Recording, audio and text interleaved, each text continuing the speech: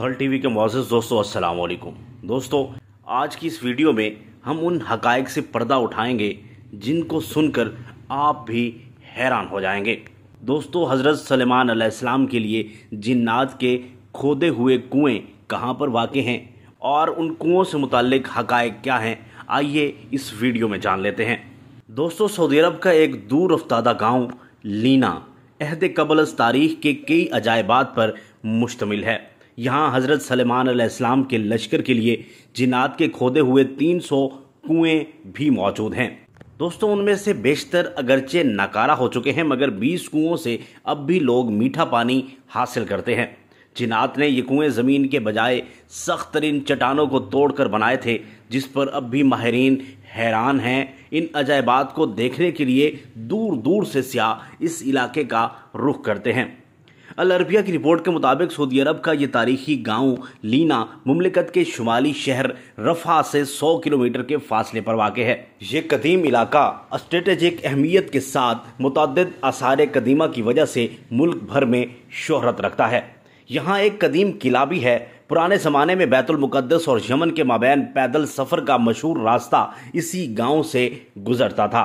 अदन से इराक जाने वाली मलका ज़ुबैदा की बनाई हुई मशहूर सड़क दुर्बे ज़ुबैदा भी यहीं से होकर जाती है। अब भी सैर व तफरीह के शायकीन बड़ी तादाद में इस इलाके का रुख करते हैं। दोस्तों, सऊदी मुहक्किक हमदुल जासिर का कहना है कि इस कदीम गांव में हज़रत सुलेमान अलैहिस्सलाम का लश्कर भी उतरा था। सुलेमान अलैहिस्सलाम जब अपने लश्कर को लेकर यमन जा रहे थे तो यहाँ ठहरे थे। इस बेआबो गया इलाके में लश्कर को पानी की ज़रूरत हुई तो हज़रत सुलेमान अलैहिस्सलाम ने जिन्नात को हुक्म दिया कि वो हंगामी तौर पर कुएं खोदें, तो जिन्नात ने चट्टानों पर मुश्तमिल इस सख्त तरीन ज़मीन में 300 कुएं खोद डाले। ये इंतहाई गहरे कुएं अब भी असली हालत में मौजूद हैं, जिन्हें ज़मीन पर अब भी अपना वजूद रखने वाला मोइज़ा करार दिया जाता है। जिन्नात ने चट्टानों को काटने के लिए ड्रिल मशीन की तरह कोई आला इस्तेमाल किया था, जिसके निशानात अब भी कुओं के चारों अतराफ वाज़े तौर पर देखे जा सकते हैं। माहिरीन इस पर तहकीक कर रहे हैं कि जिन्नात ने आखिर किस तरह इन सख्त तरीन चट्टानों को 60 से 80 मीटर गहराई तक काटा था और उन्होंने कौन से आलात की मदद हासिल की थी। अगरचे उन 300 में से इस वक्त सिर्फ 20 कुएं ही कारामद रह गए हैं, ताहम सारे कुओं के निशानात अब भी यहाँ पर मौजूद हैं। इन कुओं को देखने वाला हर शख्स हैरत ज़दा होकर रह जाता है। दोस्तों, तारीखी रिवायात के मुताबिक जब हज़रत सुलेमान अलैहिस्सलाम अपने लाओ लश्कर समेत यमन जा रहे थे तो वो यहाँ दोपहर के खाने के लिए उतरे थे। लश्कर में जिन्नात भी शामिल थे। जब लोग प्यासे हुए तो हज़रत सुलेमान अलैहिस्सलाम ने जिन्नात के कमांडर सब्तर की तरफ देखा तो वो हंस रहा था। हज़रत सुलेमान अलैहिस्सलाम ने उससे हंसने की वजह पूछी तो उसने कहा कि आप लोग प्यास से तड़प रहे हैं, मगर मीठा पानी आपके कदमों के नीचे ही है। हज़रत सुलेमान अलैहिस्सलाम ने सब्तर को पानी निकालने का हुक्म दिया तो थोड़ी देर में ही उसने अपने साथियों की मदद से 300 कुएं खोद डाले और सैयदना सुलेमान का पूरा लश्कर पानी से सैराब हो गया। दोस्तों, मारूफ मुअर्रिख याकूत हमवी के दौर तक ये सारे कुएं मीठे पानी से लबाब भरे हुए थे। याकूत हमवी ने अपनी मशहूर किताब मोजमुल बल्दान में लिखा है कि लीना इराक के शहर वास्ता से मक्का मुकरमा जाते हुए 7वीं मंजिल पर आता है।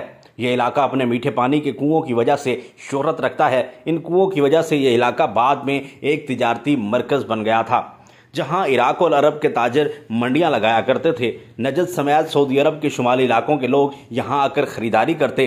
ताजर अपने सामान तिजारत को यहीं अगले सीज़न तक महफूज करने के लिए पहाड़ों पर बने बड़े बड़े गोदामों में रखते, जिन्हें सियाबीत कहा जाता था।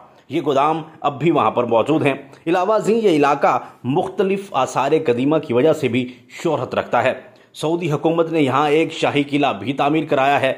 1354 हिजरी में तामीर होने वाले इस किले को गारे, पत्थरों और लकड़ियों से बनाया गया है। वाज़ेह रहे कि हज़रत सुलेमान अलैहिस्सलाम को हक़ ताला ने जिन्नात पर भी हुकूमत दी थी। जिन्नात ने उनके हुक्म से बैतुल मुक़द्दस की तामीर में हिस्सा भी लिया था। वो दूर दराज इलाकों से पत्थर और समंदर से मोती निकाल कर लाते थे। उनकी तामीर करदा इमारतें अब भी मौजूद हैं। और इसके अलावा भी हज़रत सुलेमान अलैहिस्सलाम जिन्नात से बहुत से काम लेते थे, जिसका जिक्र कुरान मजीद में वाज़ेह तौर पर किया गया है।